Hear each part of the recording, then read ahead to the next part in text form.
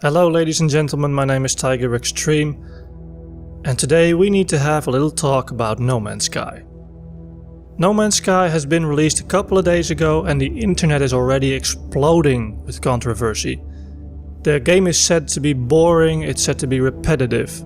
Features that were promised are simply not there and the game runs like shit for a majority of the players, even on the PlayStation.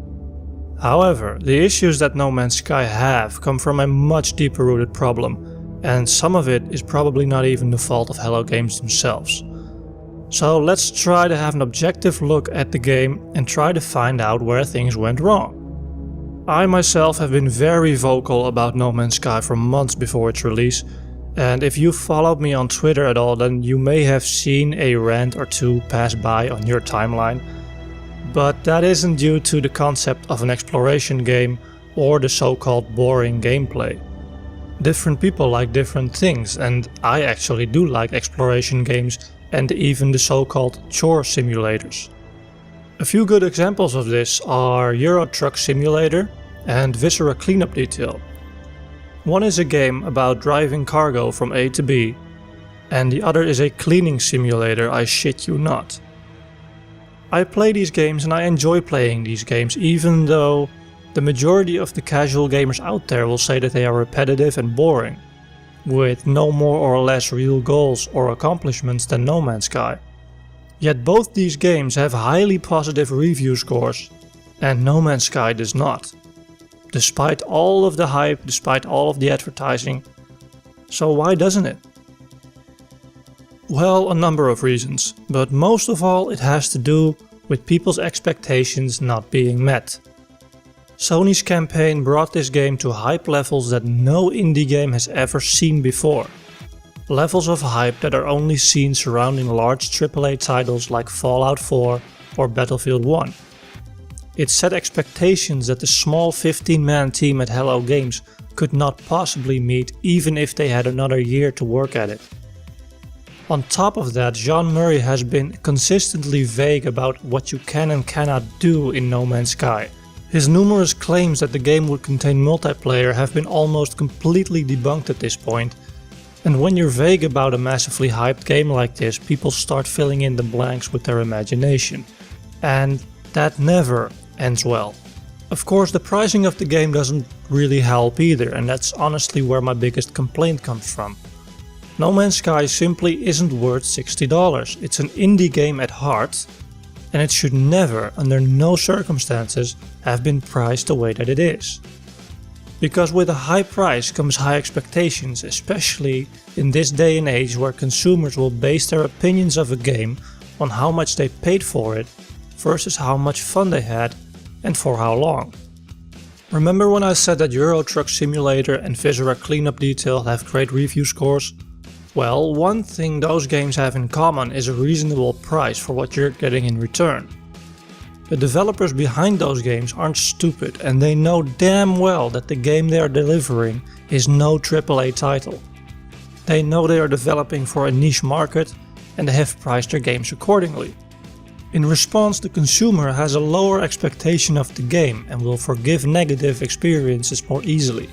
I can personally say that I would have never bought either of those games if they had been priced at $60.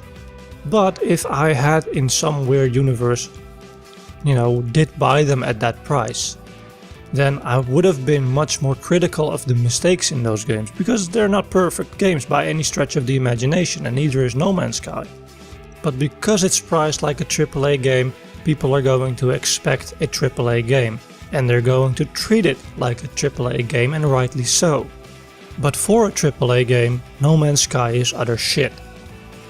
The odd thing is that none of Hello Games' previous indie titles had such an absurd price. The Joe Danger games, as far as I can tell, have all been priced no higher than $20. So what makes No Man's Sky different that it suddenly needs a $60 price tag? Well, the answer is pretty obvious, isn't it? It's Sony. Jean Murray has said in various interviews that Sony has had no involvement in the game's development at all. And that much I am willing to believe. But I will not believe for a second that an indie studio that had previously priced its games sanely would suddenly start overpricing their games like an idiot.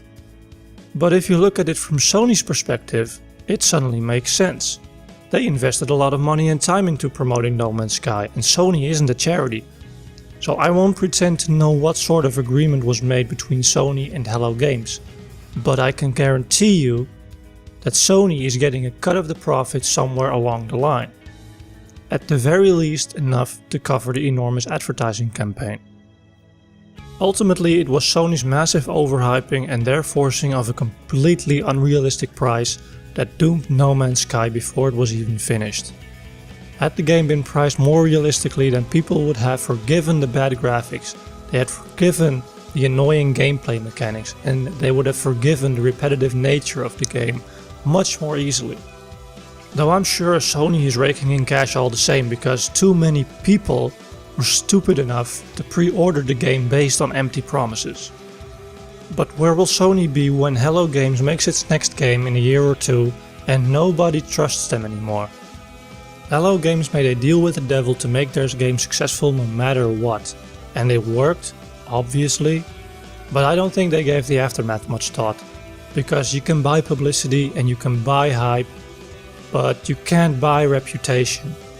And No Man's Sky has made sure that thousands of consumers will think twice before buying a game from Hello Games ever again.